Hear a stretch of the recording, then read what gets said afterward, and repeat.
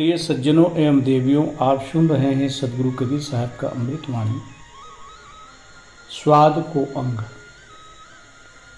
सदगुरु कबीर साहब कहते हैं, जब तक स्वाद की आसक्ति नहीं जीत ली जाती तब तक मन इंद्रियां स्ववश नहीं होंगी।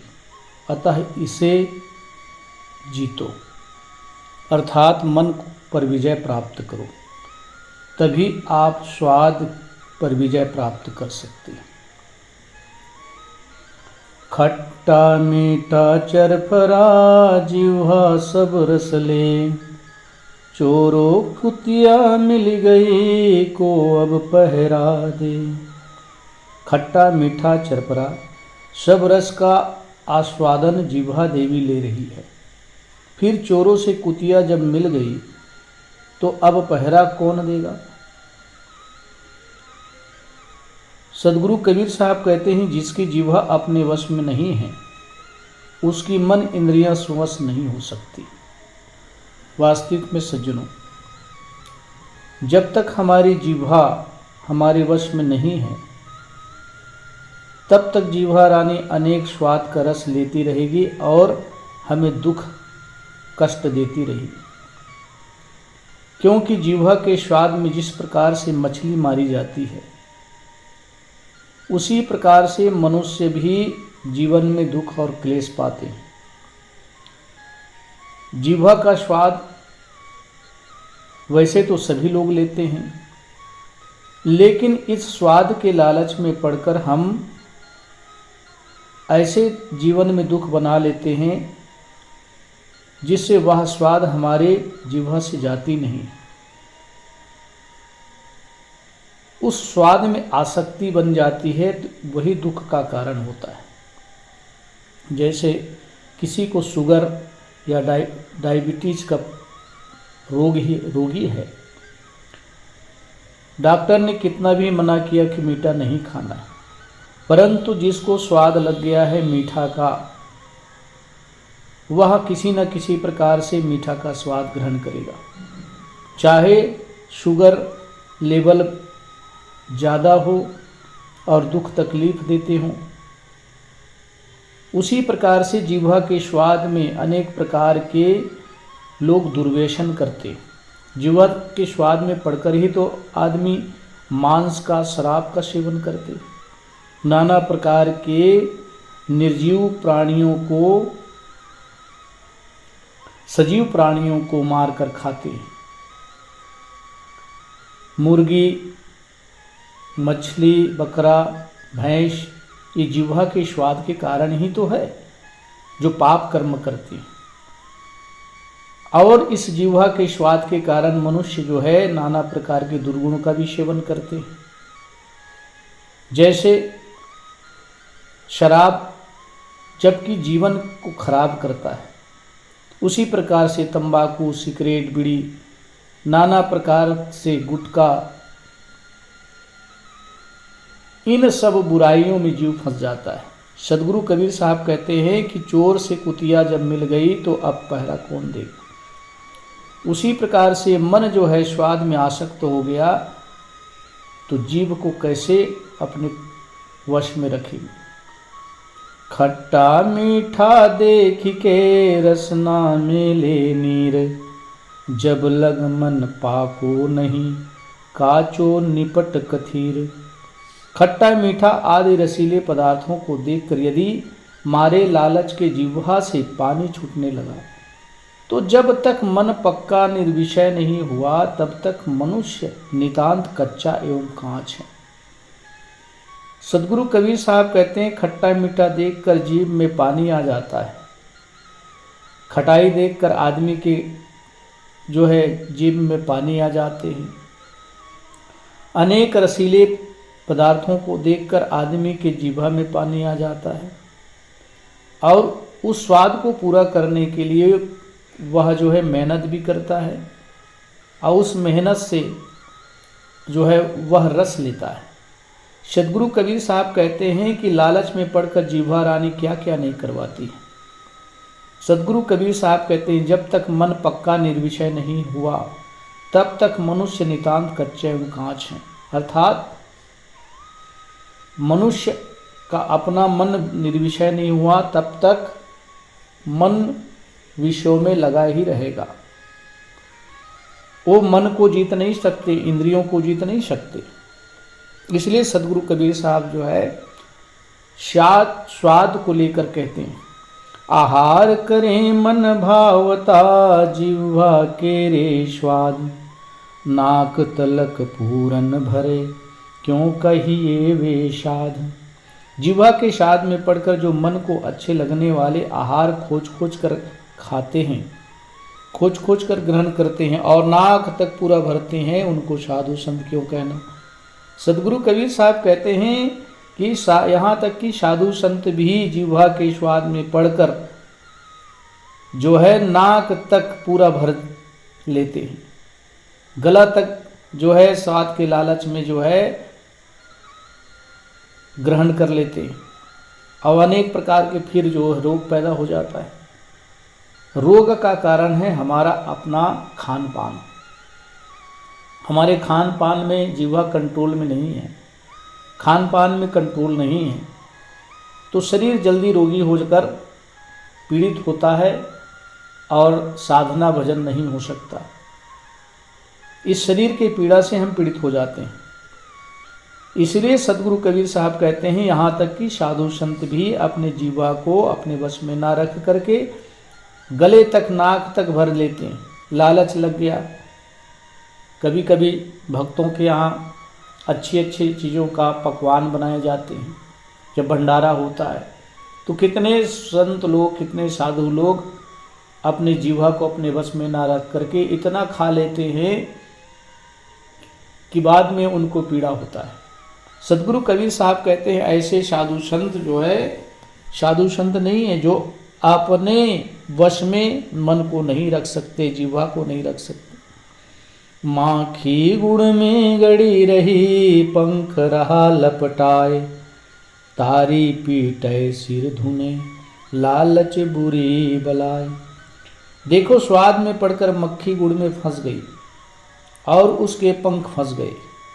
वह हाथ रगड़ती और सिर पटकती है परंतु निकल नहीं पाती। सचमुच लालच बहुत बुरी बला है।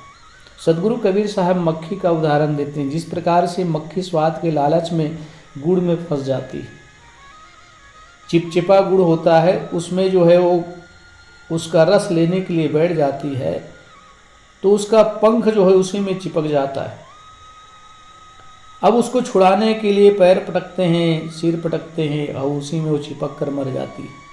इसलिए सदगुरु कबीर साहब कहते हैं जिस प्रकार से मक्खी स्वाद के लालच में पड़कर अपने जीवन को नष्ट कर देती है, उसी प्रकार मनुष्य भी स्वाद के लालच में पड़कर जो है संयम को भूल जाते हैं और बहुत दुखी होते हैं।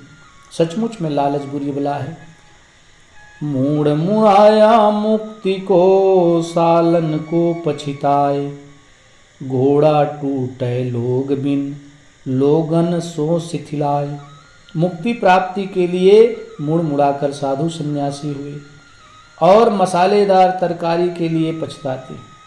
साहब कहते हैं उन साधु संतों को, उन सन्यासी को कहते हैं कि मुक्ति के लिए मन और इंद्रियों को संयम कर साधना करने के लिए मुड़ मुड़ाया सन्यासी हुए, लेकिन मसालेदार तरकारी के लिए पछताते हैं, उसके लिए लालच करते हैं। ऐसे लोगों का मन तो वश में होता नहीं है, केवल लोगों को दिखाने के लिए योग के बिना आसन लगाकर अपने पैर दुखाते हैं। सदगुरु कबीर साहब कहते हैं ऐसे लोग जो है केवल दिखावा योग करते हैं, मन संयमित नहीं हुआ, इंद्रियां संयमित नहीं हुआ। मुक्ति के लिए संन्यास लिए, साधना के लिए संन्यास लिए, साधना करके हम मुक्ति को प्राप्त होंगे। लेकिन वही साधु सन्यासी मसालेदार सब्जी खाने के लिए, मेवा मिष्ठान खाने के लिए, यहाँ तक कि कितने ऐसे साधु सन्यासी है कि बिना घी के रोटी भी नहीं ग्रहण करते। ऐसे ऐसे साधु सन्यासी जीव के लालच में पड़े हुए। रूखा सूखा खाए के ठंडा पानी पीव, देखी पराई चूपड़ी मत ललचावे जीव। सज्जनों, अगर वास्तविक में कल्याण करना है, स्वाद के लालच से उबरना है, तो रूखा सूखा जो भी मिले खाकर ठंडा पानी पी लेना चाहिए। हे मनुष्यों, पराये की घी लगाई हुई रोटी देखकर लालच मत करो, क्योंकि लालच बुरी बला है।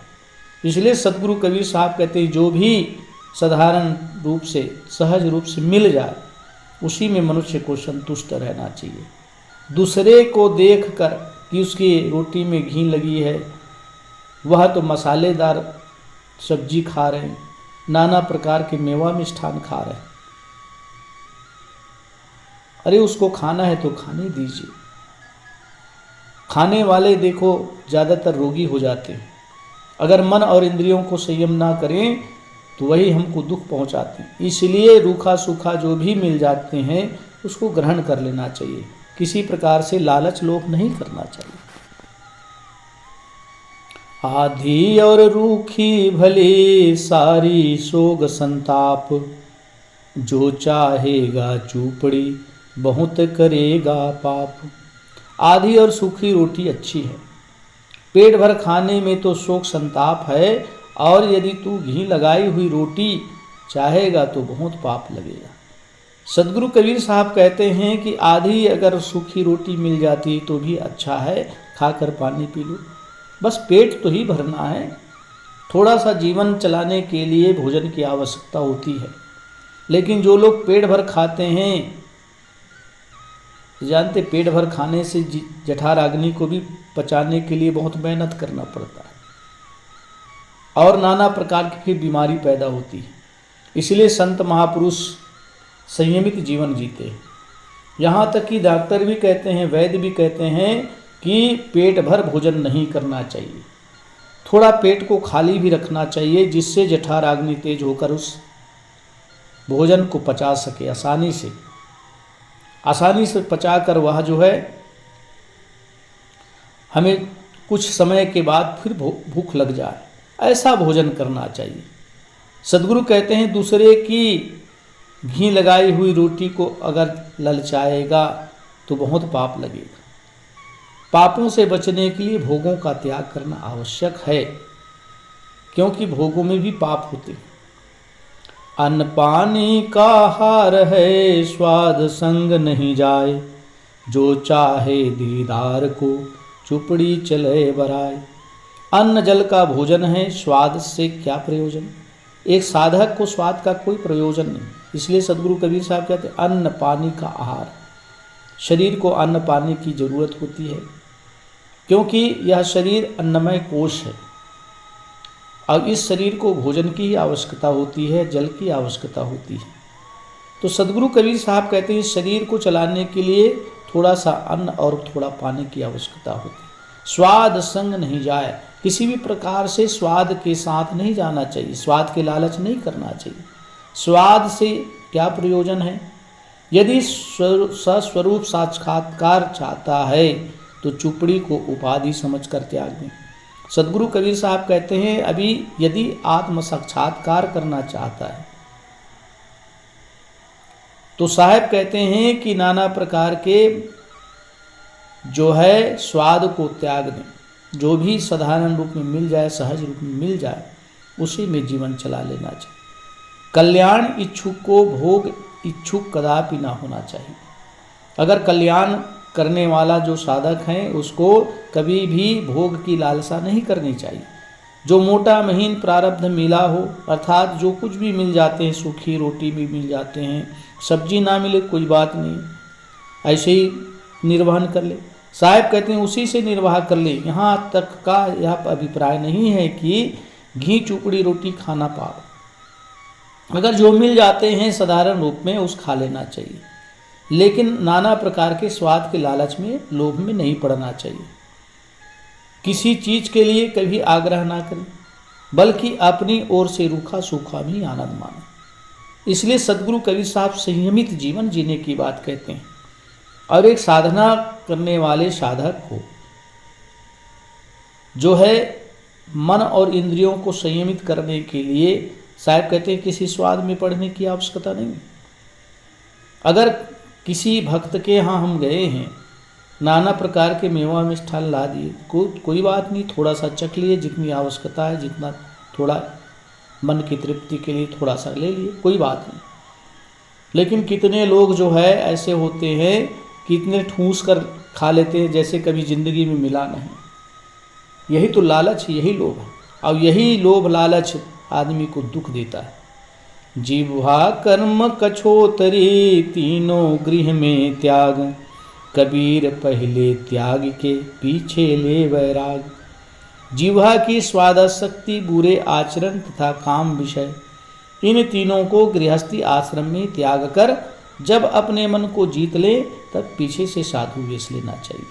सदगुरु कबीर साहब कहते हैं गृहस्थी जीवन जीने वालों को अगर वह सन्यासी होना चाहते हैं, साधना के पथ में लगकर अपना कल्याण चाहते हैं, तो पहले जिह्वा को अपने वश में करें। जितने भी प्रकार से जिह्वा के आसक्ति हैं, स्वाद हैं, उसका त्याग करें। दूसरी बात है बुरे आचरण का त्याग करें, और तीसरी बात मन में काम विषय का भी त्याग करें। इन तीनों को गृहस्थी आश्रम में ही त्याग कर साधना में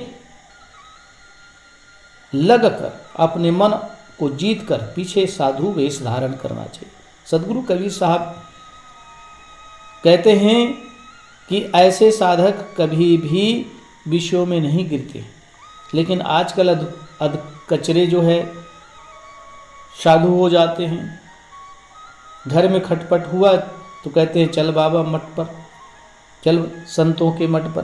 कुछ दिन 4-8 दिन रहे, फिर अब घूमना शुरू कर दिए, क्योंकि घूमने से, इधर उधर भ्रमण करने से 2 पैसे मिल जाते हैं, उस कपड़े मिल जाते हैं, खाने के अच्छे अच्छे मिलते हैं।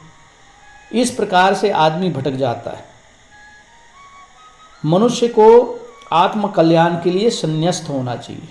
साधु व कबीर धारण करना है तो अपने साधना के लिए करना चाहिए, पूजाई के लिए नहीं करना चाहिए। जिह्वा कर्म कछोतरी जो तीनों बस होय, राजा प्रजा जमपुरी गंज सके नहीं कोई।